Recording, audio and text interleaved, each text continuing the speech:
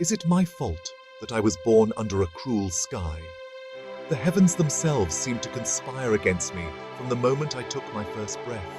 Abandoned at birth, denied my lineage, my birthright snatched away. I was left to float on the mercy of the river, a helpless infant with no one to call my own. They called me Sutaputra, the charioteer's son, a taunt that followed me like a shadow. Every step I took, every breath I drew, was under the weight of this cruel label. My skills, my valor, all dismissed because of a birth I did not choose. I trained tirelessly, honing my abilities to perfection, yet my worth was always questioned. Tell me, Krishna, is it a sin to be born?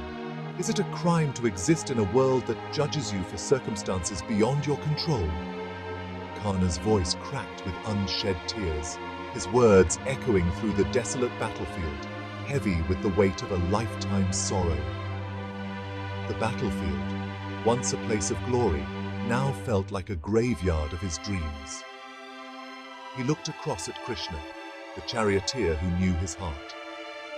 In Krishna's eyes, he sought understanding, a glimmer of hope that his pain was seen and acknowledged.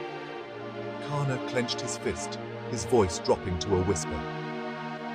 All I ever wanted was to be recognized for who I am, not for the circumstances of my birth. Is that too much to ask? Memories flooded his mind, his childhood filled with dreams, the countless hours spent practicing archery, the moments of triumph overshadowed by the constant reminder of his lowly birth. Despite the injustice, Karna stood tall, his spirit unbroken.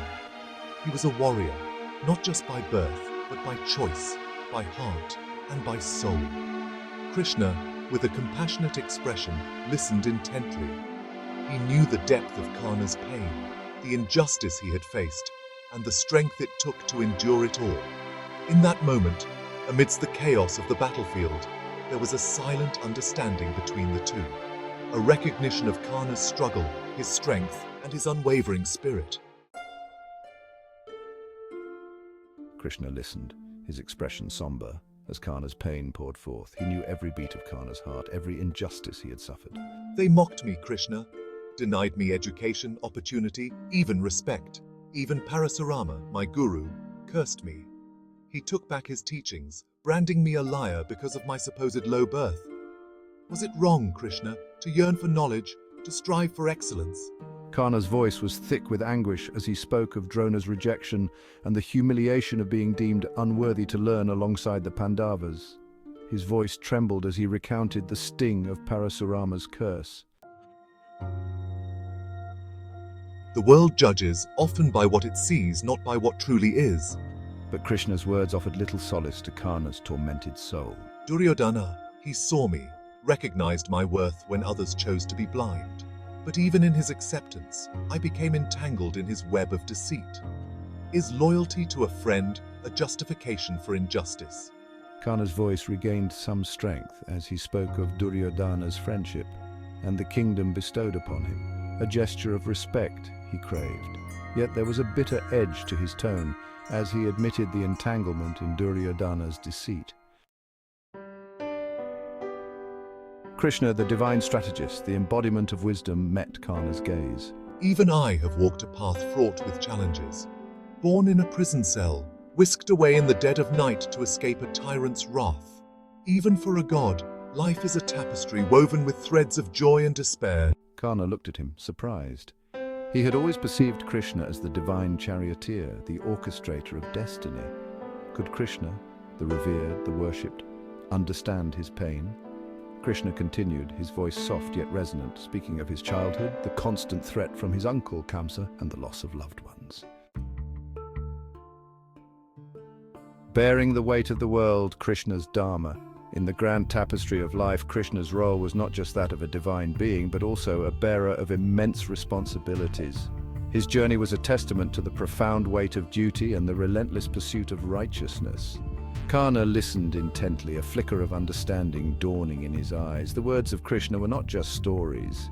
They were lessons, each carrying the weight of centuries of wisdom. Krishna wasn't just narrating a story, he was sharing a truth as old as time itself. His voice carried the echoes of ancient sages, the wisdom of countless generations. He was imparting knowledge that transcended the boundaries of time and space, a truth that was as relevant today as it was in the ages past.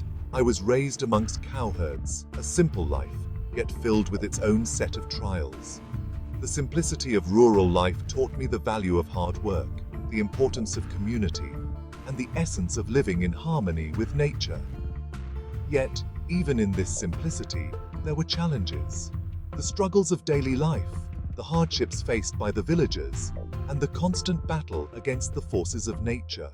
He spoke of protecting his village from demons, of battling natural calamities, of standing as a shield against the forces that threatened to disrupt the balance of life, of constantly striving to maintain balance in the world. His meditation, his interactions with the villagers, all were part of his relentless effort to uphold Dharma.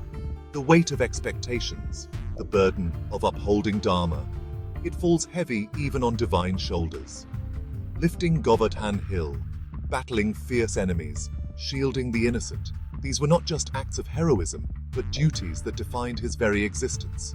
Dharma, he emphasized, is not a privilege, Karna, but a duty, a responsibility that transcends birth or circumstance. It is the guiding principle that shapes our actions, the moral compass that directs our path. It is a duty that calls upon each individual to rise above their personal desires and to act for the greater good. In the bustling markets, in the quiet moments of reflection, in every action, Dharma is the thread that weaves the fabric of life.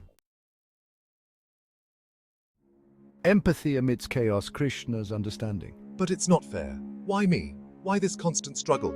Krishna nodded, understanding glinting in his eyes. He knew the allure of such questions, the temptation to get lost in the labyrinth of why. Life, dear Karna, rarely offers us fairness. He spoke of the countless souls he had encountered, each grappling with their own battles, their own sense of injustice. We are all tested. It is in our response to those tests that our true mettle is revealed. So what am I to do? Accept this preordained fate without question? Fate is but the seed, Karna, the beginning. It is our choices that shape the tree of our lives, growing strong. You are not your circumstances, Karna. You are the sum of your choices, always. Choose wisely, for even in the face of adversity, Dharma offers the path to true liberation. Karna sat in silence, Krishna's words washing over him like a cleansing wave. He realized that his pain, his anger, stemmed from a deeply personal sense of injustice. But Krishna's words hinted at a larger truth, a universal Dharma that transcended individual grievances. Dharma is not about winning or losing, about rewards or punishments. It is about doing what is right, even when it is difficult, even when it comes at a personal cost. Karna looked at Krishna, his heart heavy, yet strangely lighter. He understood his life, his struggles were not unique. They were echoes of a timeless battle between Dharma and Adharma, a battle waged in the hearts of every human being. The Mahabharata is not just a story, Karna. It is a mirror reflecting the complexities of human existence. Let your journey be a testament to the enduring power of Dharma, a choice made not out of obligation, but out of understanding. As the sun began its final descent, painting the sky with hues of orange and gold, casting long shadows across the battlefield, the remnants of a once fierce conflict lay silent. Karna found himself at a crossroads, both literally and metaphorically.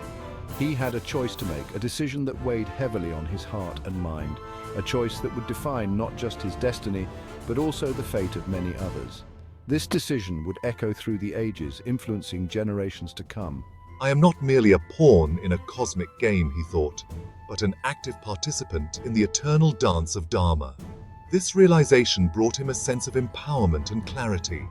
And in that moment of clarity, as the sun dipped below the horizon, Karna understood that true victory lay not in revenge or retribution, but in something far greater.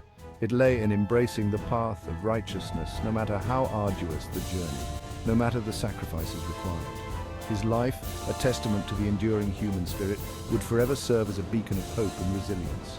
This beacon, shining brightly through the annals of history, would remind us all that even in the face of adversity, the choice to uphold Dharma remains ours to make.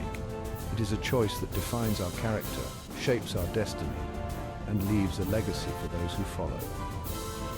The ancient texts and stories of old speak of such moments where individuals stood at the brink of monumental decisions. These stories, passed down through generations, serve as lessons and reminders of the power of choice. They connect us to our past, guiding us in the present and lighting the way for the future. Just as Karna's choice became a part of his legacy, so too do our choices become part of ours. As the sun rises on a new day, we are reminded that each dawn brings with it the opportunity to choose wisely, to act with integrity, and to walk the path of righteousness. Let us be inspired by Karna's story, and let our lives be a testament to the enduring human spirit, a beacon of hope, and a lesson for humanity.